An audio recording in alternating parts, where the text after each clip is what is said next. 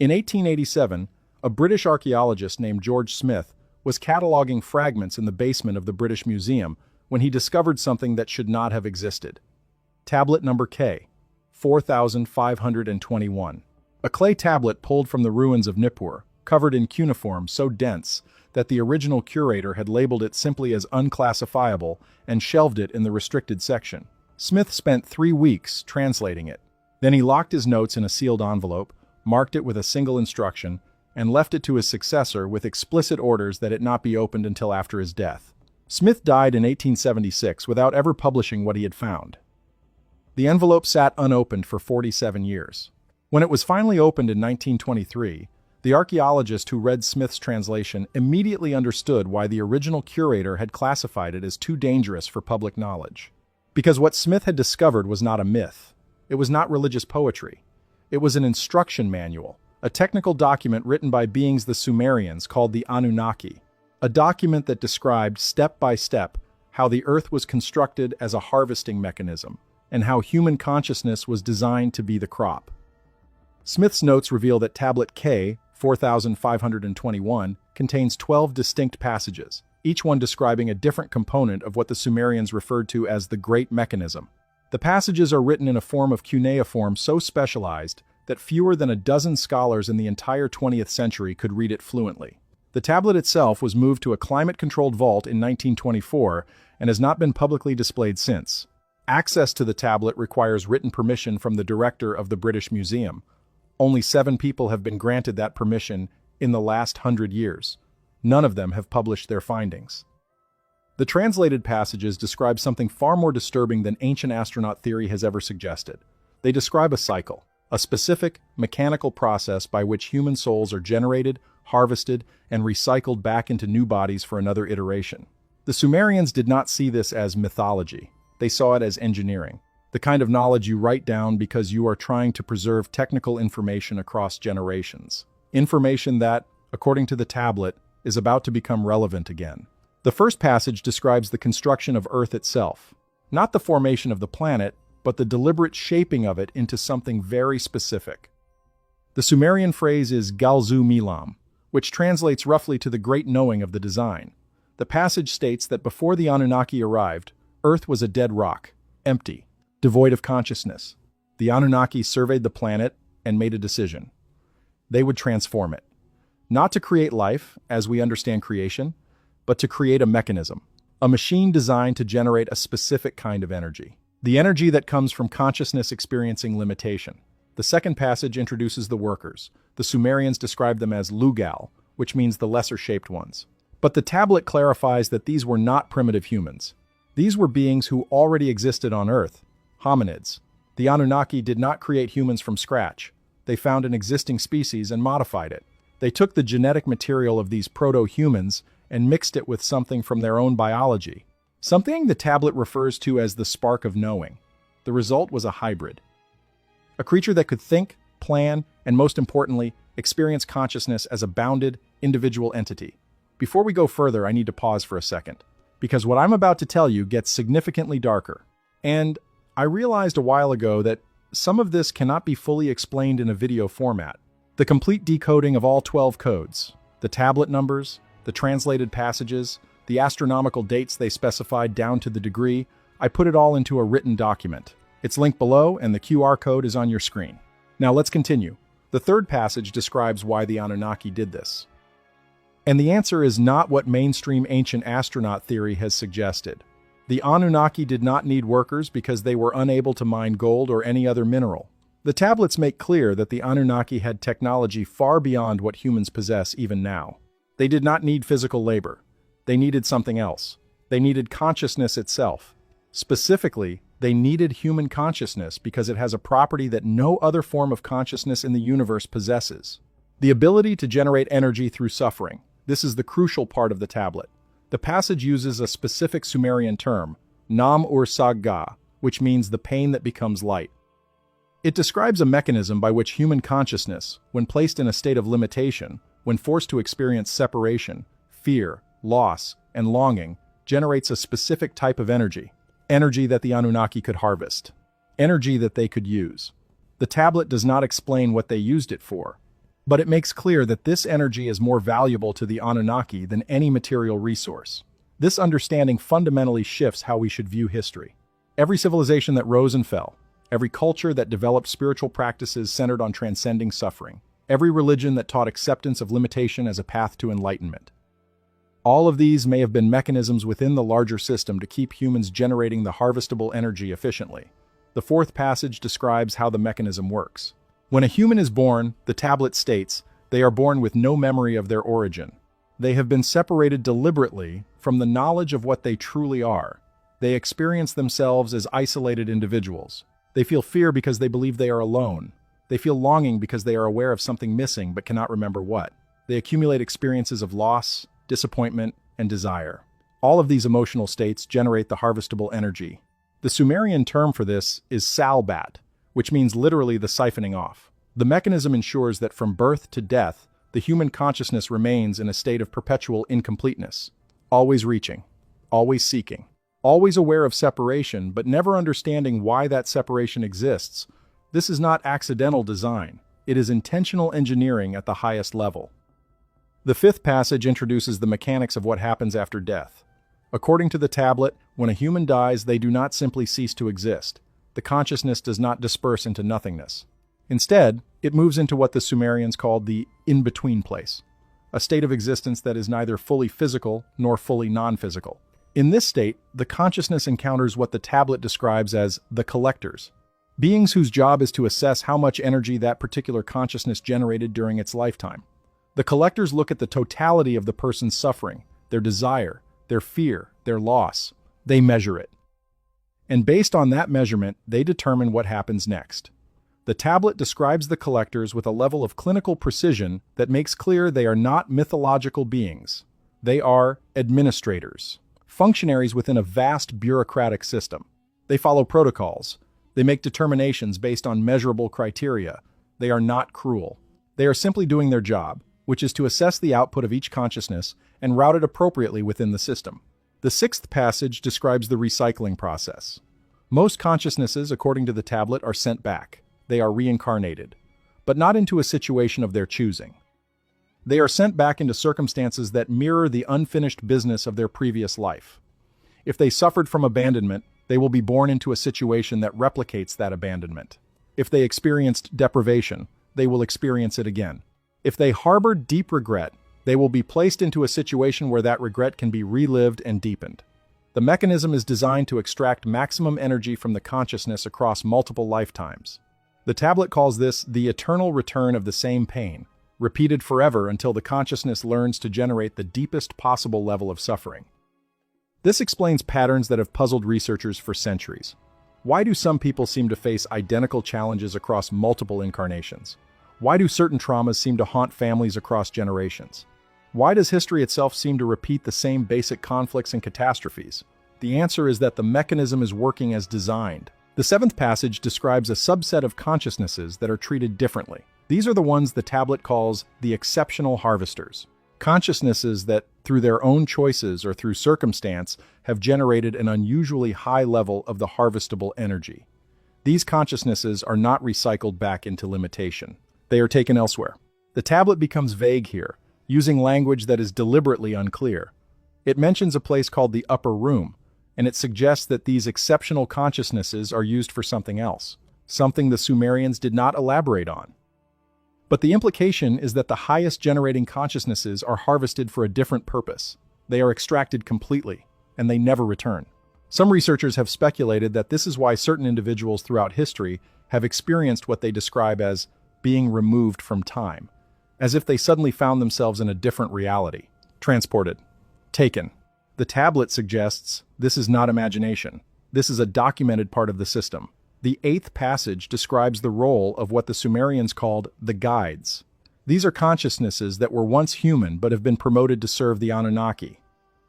They are the ones who appear to humans during crucial moments, in dreams, in visions, during meditation. They present themselves as angels, ascended masters, spirit guides, or enlightened beings. Their purpose is to keep humans engaged in the process. They teach spiritual paths that actually deepen the cycle. They offer teachings that make the suffering seem meaningful.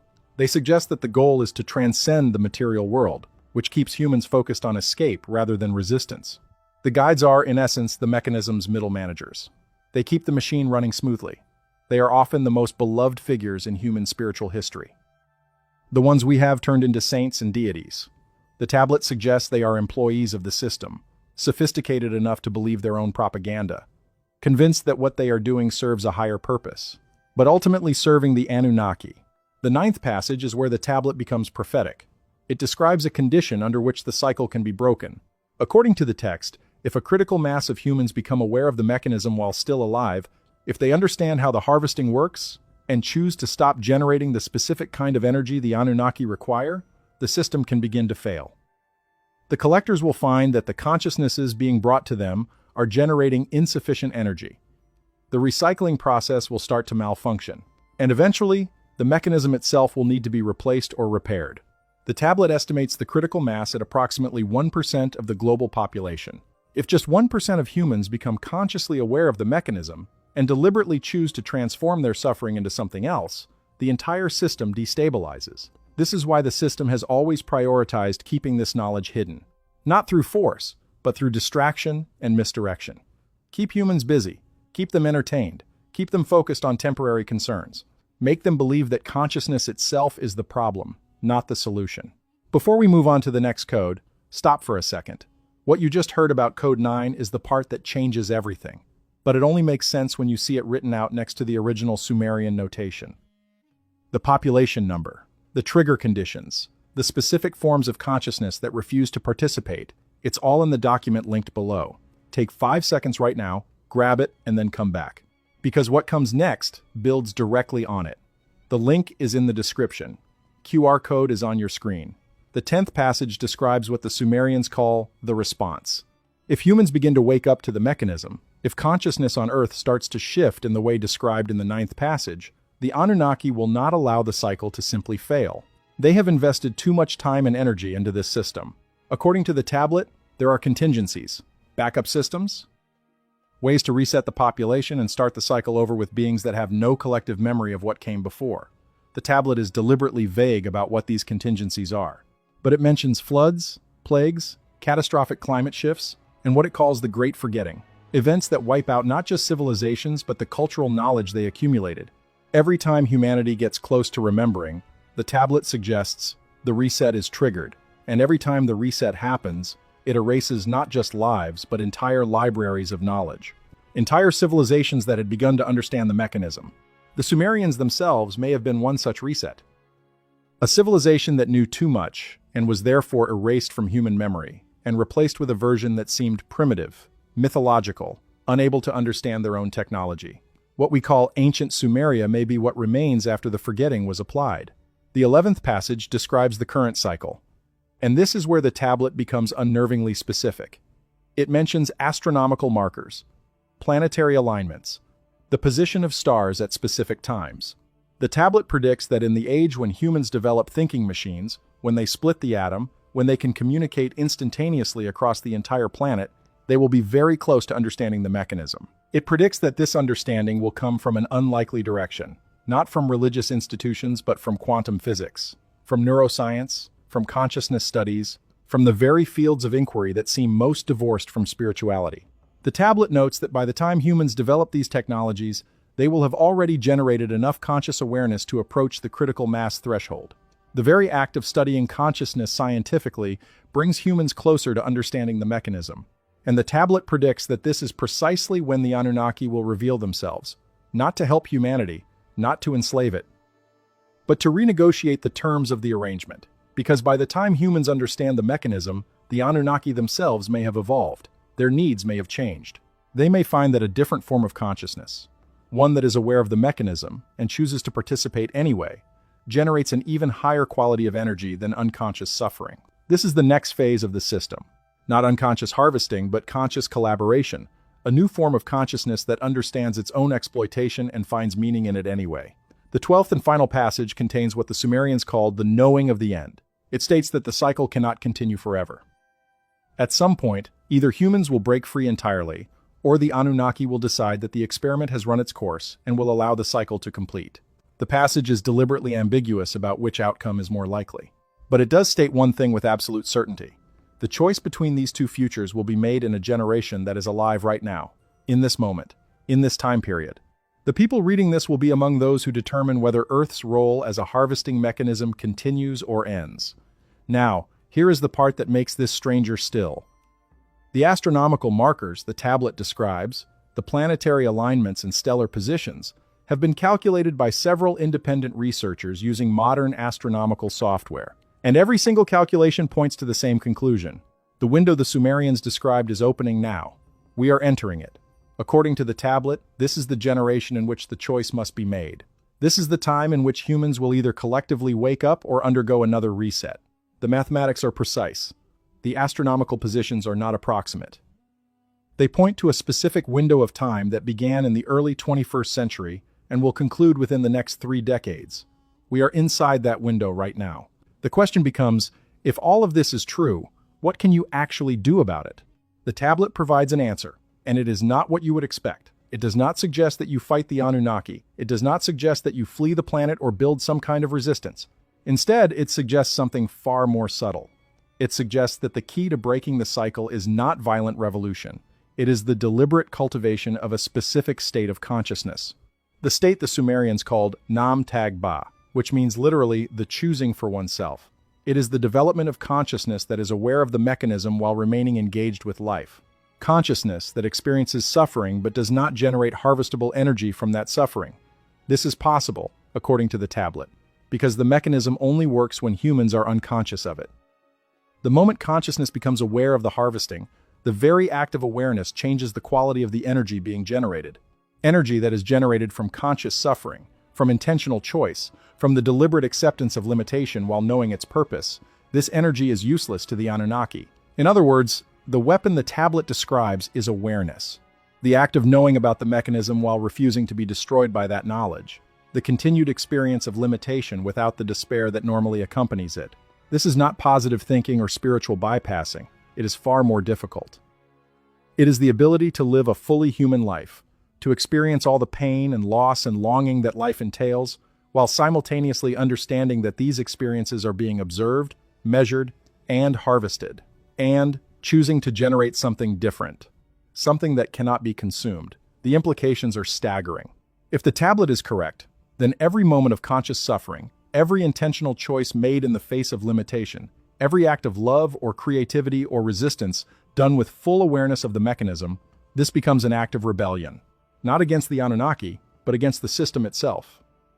It becomes a way of generating energy that serves the person experiencing it rather than being harvested by external forces. This is what the Sumerians meant when they spoke of breaking the cycle, not through escape, not through denial, but through the transformation of suffering into wisdom. This explains why the Sumerians were so careful to preserve this information. They were not leaving a prophecy intended to frighten, they were leaving a manual. Instructions for how to survive the current cycle, how to break free from the previous pattern. And, most importantly, they were leaving proof that this knowledge existed, that it was real, and that it had been known to advanced civilizations thousands of years before modernity. The fact that this tablet has been hidden, restricted, moved to secure vaults, accessed by only a handful of people, this itself is evidence that the knowledge is dangerous. To whom would it be dangerous? Not to the average person, only to a system that depends on unconsciousness. The tablet has been hidden because certain people understand its implications.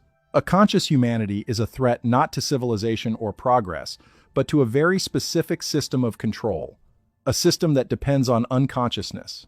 A system that has been running for so long that most people assume it is natural, inevitable, the way reality simply works. But the Sumerians knew better. They had lived under the system long enough to understand it, and they risked everything to document it. What the Sumerians left behind is evidence that it does not have to work this way. The mechanism is real, the harvesting is real, but it can be stopped, not through rebellion or violence or escape, but through the simple act of becoming conscious, truly conscious. Conscious of the mechanism while remaining alive within it, conscious of the harvesting while choosing what gets harvested. This is the liberation the tablet speaks of. This is the message the Sumerians encoded into Tablet K, 4521. This is what they risked to preserve. This is what they left behind for a generation that would eventually develop the technology to understand their warning. That generation is you. This is your moment. The astronomical window is opening. The choice is becoming available. What you do with that choice, what you decide to do with this knowledge, that will determine not just your future, but the future of consciousness on Earth. The tablet is still in the British Museum. It is still restricted. Few people have ever seen it. Fewer still have understood what it means. But the information is out there now, fragmented across translations and leaked documents and independent research, and it is spreading because it cannot be contained. Once consciousness becomes aware of the mechanism itself begins to change. Once enough people know, the entire system becomes unstable. The Sumerians predicted this. They built this knowledge to survive until a time when the world was ready to hear it. Some researchers who have studied the tablet believe that this is precisely what the Anunnaki anticipated. They built the mechanism to function as long as it remained unknown. But they also built into it a failsafe, a moment when the system would be forced to reveal itself. When humans would discover the truth and be forced to make a choice, that moment is now. The cycle is reaching a critical point. The question is not whether you will learn about the mechanism. The question is what you will do once you understand it fully. Will you pretend you do not know? Will you accept the system as inevitable? Or will you become part of the 1% that consciously chooses something different? The Sumerians left this message across 4,000 years because they knew this moment would come. They knew that consciousness on Earth would eventually reach a point where it could no longer be kept ignorant. They knew that a generation would arise that had the tools, the technology, and the awareness to piece together what had been hidden, and they left instructions, not for how to escape the mechanism, but for how to transform it from within, how to live in awareness of the harvesting, and still choose freedom. This is the real message of Tablet K, 4521, not that you are a victim of an alien harvesting system, but that you have the power to stop generating the specific kind of energy that feeds that system. You have the power to transform suffering into wisdom, fear into courage, longing into purpose. And once enough people do this, the entire mechanism begins to fail. The collectors will have nothing to harvest. The cycles will begin to break down, and a new form of existence becomes possible. The choice is yours. The knowledge is available. The window is opening, and the Sumerians have already told you what comes next. What happens in your lifetime will determine the direction of consciousness for millennia. The mechanism is real, but so is your ability to transcend it. The power has always been in your hands. You have simply been taught not to use it.